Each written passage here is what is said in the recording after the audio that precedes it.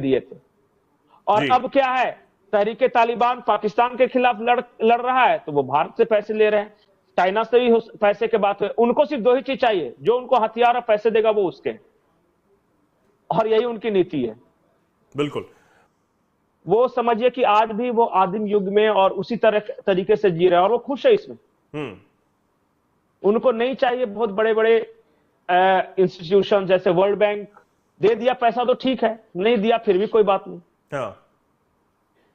उनको सिर्फ इन चीजों पे वो करते हैं, हाथ में क्लास्निकोव होना चाहिए, पेट में खाना होना चाहिए और अपना बेड़ा होना चाहिए, बस इसी तरीके से वो करते हैं। और वहां ये जो तालिबान है ना, कोई एक गुट का नहीं है, ये उसमें बहुत तरह के गुट है। कांधारी तालिबान अलग है, हक्कानी तालिबान अलग है। तो इस तरह बहुत सारे ग्रुप्स ने मिलकर एक तालिबान नाम का संगठन फॉर्म किया है और ये सब मिलकर चला रहे हैं और वही लोग चलाएंगे। मैं तो याद है कि जो राजा थे वहां के, उस वक्त से मैं देख रहा हूं। उसके बाद रशिया आया, रशिया भागा, फिर ये तालिबान का कब्जा हुआ, फिर अमेरिका आया, फिर हमद करजई आए, फिर उसके बाद एक और आए। तालिबान ऐसे ही, मतलब अफगानिस्तान ऐसे ही चलता है। वहां बहुत ज्यादा अर्बनाइज्ड जो बोलते हैं ना, अर्थव्यवस्था नहीं है। और अभी देखिए वहां अभी आज की तारीख में सबसे बड़े नेता हैं अब्दुल गनी बरादर, और उनका काफी रिस्पेक्ट है तालिबान के हर गुटों में। तो वो मैंने बोला एक कबीलाई संस्कृति है वहां, वो अर्बन अर्थव्यवस्था है ही नहीं, वहां दूसरे तरीके से चलता है वो देश। तो इसलिए बहुत ज्यादा वो टेंशन भी नहीं लेता कि कौन सा देश का बाजार डाउन हुआ या कौन सा अप हुआ, उसको ग्लोबल मार्केट से कोई फर्क नहीं पड़ता। तो उनके शेयर बाजार इंपॉर्टेंट होगा। अफगानिस्तान में चाहे ट्रंप रहे या बाइडेन रहे, उनको कोई फर्क नहीं, उनको कोई फर्क नहीं पड़ता। उनको देखिए, वो दुनिया के किसी देश से फर्क नहीं पड़ता, उनको सिर्फ दुनिया से एक ही चीज चाहिए, हथियार और पैसे। जो देगा वो उसके लिए है। जब तक अमेरिका हथियार दे रहा था तो रशिया के खिलाफ लड़ रहे थे, फिर पता चला कि अमेरिका आया, उन्होंने उससे लड़ाई लड़ी, जो उन्हीं का छोड़ा हुआ क्लास्निकोव वगैरह, जो रशियन आर्मी का छोड़ा हुआ था। कुछ पाकिस्तान वगैरह से कुछ इन्होंने पैसे वगैरह प्राप्त किए थे उस वक्त इनडायरेक्टली। पाकिस्तान हालांकि कहता नहीं है, लेकिन कुछ हथियार और पैसे इसने। और अब क्या है, तहरीके तालिबान पाकिस्तान के खिलाफ लड़ रहा है तो वो भारत से पैसे ले रहे हैं, चाइना से भी पैसे के बात है। उनको सिर्फ दो ही चीज चाहिए, जो उनको हथियार और पैसे देगा वो उसके, और यही उनकी नीति है। बिल्कुल।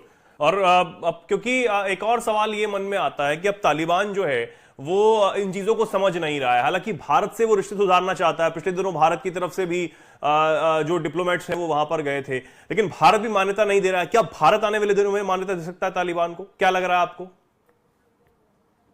नहीं नहीं, अभी तो नहीं देगा न भारत, या कोई भी जिम्मेदार राष्ट्र अभी नहीं देगा। थोड़ा वेट करेगा, देखेगा कि ये क्या कर रहे हैं, कैसे कर रहे हैं, क्योंकि कुछ कुछ इश्यूज हैं। जैसे उन्होंने लड़कियों की पढ़ाई पे बिल्कुल रोक लगा दी है। इसे लेकर पूरे विश्व में एक चर्चा है। उसके बाद आप देखिएगा कि आज भी वो सरकार का खाका तैयार नहीं कर पा रहे हैं कि वो न चुनाव करवाते हैं, जो अच्छा जो लोकतंत्र वहां नहीं है। ह्यूमन राइट्स की बहुत बुरी स्थिति है, वुमेन राइट्स की बहुत बुरी स्थिति है, और आज भी वो कबीले की तरह रह रहे हैं। और देखिए, इस्तेमाल उनका बहुत सारे लोग करते हैं, लेकिन मान्यता बहुत कम लोग देते हैं। मुझे नहीं लगता है कि अभी इस परिस्थिति में चाहे चाइना हो या इंडिया हो या फिर कोई भी जो बड़ा जिम्मेदार राष्ट्र होगा उनको अभी मान्यता देगा। मुझे लगता है स्टेटस को मेंटेन करके रखेगा। और पता है, मैं एक बात बताऊं आपको, तालिबान की सबसे ज्यादा मदद किस देश ने की है जी? आपको पता है किस देश ने? सबसे ज्यादा तालिबान को पैसे देने वाला अमेरिका है, और सबसे ज्यादा हथियार देने वाला अमेरिका है। एक अनुमान के मुताबिक 20 सालों में अमेरिका ने 2.3 ट्रिलियन यूएस डॉलर्स दिए हैं तालिबानियों को, कभी रशिया के साथ लड़ने के नाम पे तो कभी विड्रॉल के नाम पे, जो फोर्स इनका विड्रॉ किया, और $7 बिलियन के हथियार भी रख के छोड़ दिए हैं। ईरान को भी डराने के लिए जिस तरीके से आपने बताया था। नहीं, वहां क्या पता, देखिए इन्होंने हथियार क्यों छोड़े हैं वहां पे, इसको समझिए। जो बिडेन को लगता था कि आने वाले वक्त में हम ईरान के साथ जंग लड़ने वाले हैं, तो उन्होंने कहा कि हमारे प्रॉक्सीज कौन होंगे? ईरान के प्रॉक्सीज तो हैं, हुती, हिजबुल्लाह और हमास।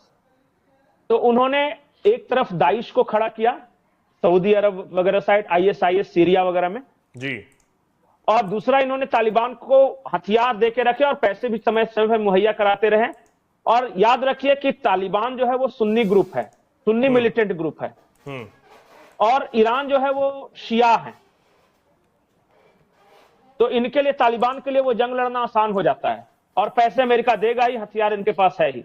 तो एक भविष्य के लिए एक प्रॉक्सीज तैयार कर रहे थे वो जो बिडेन, इसलिए उन्होंने पैसे और हथियार रख के छोड़े थे। बिल्कुल। और अब जो है तालिबान और अमेरिका आमने सामने है। जिस तरीके से खबर आपको बताई कि मार्को रूबियो ने